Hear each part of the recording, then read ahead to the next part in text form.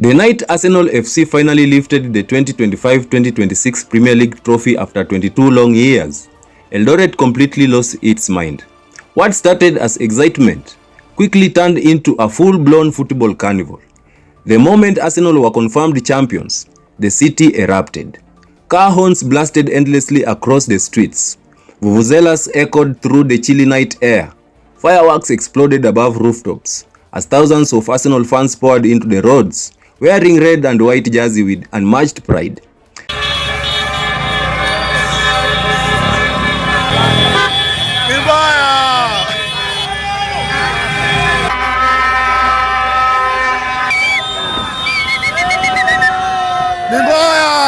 For many supporters, this was not just another trophy. This was healing. Since the legendary Invincible era of 2004, led by Thierry Henry, Patrick Vieira, Arsenal fans had waited through heartbreaks, painful near misses, criticism, and years of watching rivals dominate English football. But on this historic night, all the pain disappeared. The celebration began in Eldoret town, where massive crowds gather waving giant Arsenal flags while chanting club song at the top of their lungs. Arsenal! Arsenal! Arsenal! The atmosphere was electric. Motorcycles revved widely through the streets, carrying celebrating fans.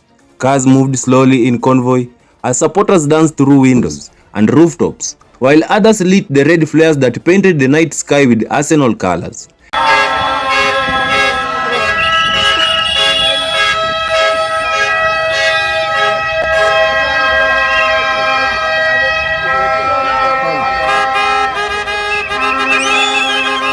Then came the unforgettable match. Hundreds of supporters moved together from town all the way to Timber XO, in scenes rarely witnessed before in the city. The roads turned into a river of singing, dancing, jumping, and non-stop celebration. Everywhere you looked, there was pure joy. Young fans danced in circles along the streets, while older supporters, some who had waited over 2 decades for this moment, stood emotional, overwhelmed by what they were finally witnessing. And the celebration did not stop there. The energized crowd marched back from Timber XO to town, growing even bigger as more Arsenal fans joined along the way. Businesses remained open late. Music blasted from clubs and car speakers. Strangers hugged each other like family. For one night, Eldoret belonged to Arsenal. Then came the final stretch. The supporters made one last triumph march from town toward Baniyas Square, where the night reached its peak.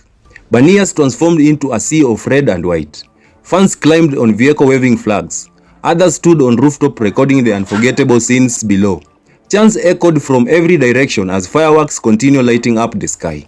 Not London forever. Not London forever. Champions at last. After 22 years, we are back, they chanted.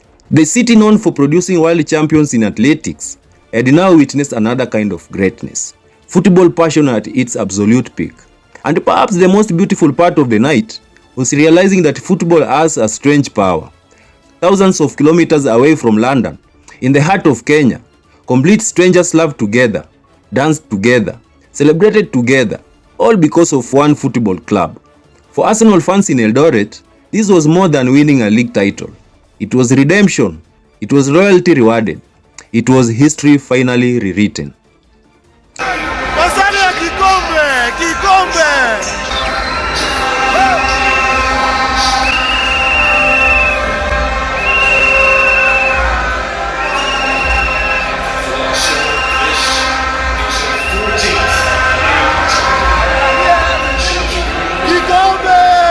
And as celebration slowly faded into the cold night air of Eldoret, one thing became clear. Some nights are simply unforgettable. And this was one of them. Years from now, many Arsenal fans in Eldoret will still remember the night Arsenal finally brought the Premier League trophy back home. The chants, the fireworks, the endless march through the city streets, and the feeling that after 22 years of waiting, football had finally given them their moment. Because sometimes football is not just a game. Sometimes it becomes a memory that lives forever. If you enjoyed this story, don't forget to like, subscribe, and join us for more unforgettable moments from the world of sports and beyond. Be yours truly and truly, Yayuga. And life as it is diaries continues.